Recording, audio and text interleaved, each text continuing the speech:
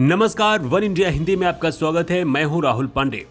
हिजाब विवाद के बीच उत्तराखंड के मुख्यमंत्री पुष्कर सिंह धामी ने एक बड़ा बयान जारी किया है। पुष्कर सिंह धामी ने कहा कि भाजपा की सरकार बनते ही उत्तराखंड में यूनिफॉर्म सिविल कोड लागू किया जाएगा। धामी ने कहा कि हमारी सरकार बनने पर शपथ ग्रहण करते ही यूनिफॉर्म सिविल कोड का ड्राफ्ट तैयार करेंगे। सभी नागरिकों के लिए समान कानून बनेगा, चाहे वो किसी भी धर्म में विश्वास रखते हों। उत्तराखंड के मुख्यमंत्री पुष्कर सिंह धामी ने ट्वीट करते हुए एक वीडियो शेयर किया है और इसके साथ इस ट्वीट पर लिखा है कि उत्तराखंड की सांस्कृतिक आध्यात्मिक विरासत की रक्षा के लिए भाजपा सरकार अपने शपथ ग्रहण के तुरंत बाद एक कमेटी गठित कर यूनिफॉर्म सिविल कोड का ड्राफ्ट तैयार करेगी, जिससे सभी नागरिकों के लिए समान कानून बनेगा, चाहे वो किसी भी धर्म में विश्वास रखते हों।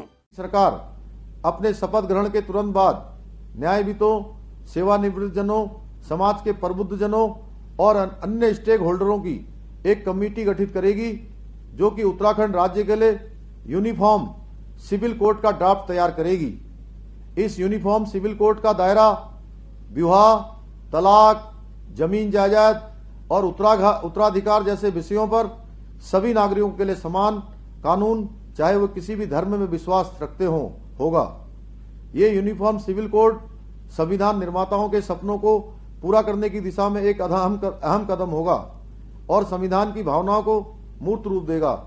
ये भारतीय संविधान के आर्टिकल 44 की दिशा में भी एक प्रभावी कदम होगा, जो देश के सभी नागरिकों के लिए समान नागरिक संहिता की संकल्पना प्रस्तुत करता है। सर्वोच्च न्यायालय ने भी समय समय पर इसे लागू करने पर जोर ही नहीं दिया, बल्कि कई बार इस दिशा में कदम नहीं उठाने के लिए भी नाराजगी व्यक्त की है।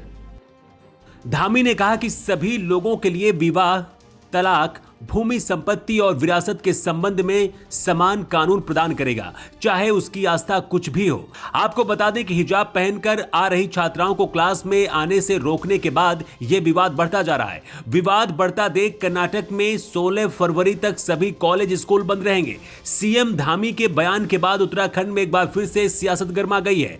कांग्रेस ने सीएम के बयान को सिर्फ और सिर्फ एक जुमला करार दे दिया है और कहा है कि भाजपा अपनी हार से बचने के लिए ऐसे बयान जारी कर रही है। आपको बता दें कि देश भर में समान नागरिक संहिता भाजपा के लगातार चुनावी घोषणा पत्रों का हिस्सा रही है। जून 2016 में कानून मंत्रालय ने 21वें कानून पैनल को समान नागरिकता संहिता से संबंधित मामलों की जांच करने के लिए कहा था। हालांकि 21वें विधि आयोग का कार्यकाल 31 अगस्त 2018 को समाप्त हो गया था। कानून मंत्री किरेन रिजिजू ने कहा था कि इस मामले को भारत के 22वें विधि आयोग द्वारा उठाया जा सकता है।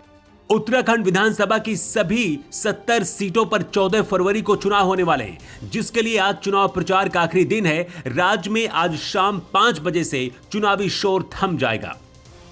इस खबर में इतना ही। ज्यादा अपडेट के लिए बने रहिए वन इंडिया हिंदी के साथ।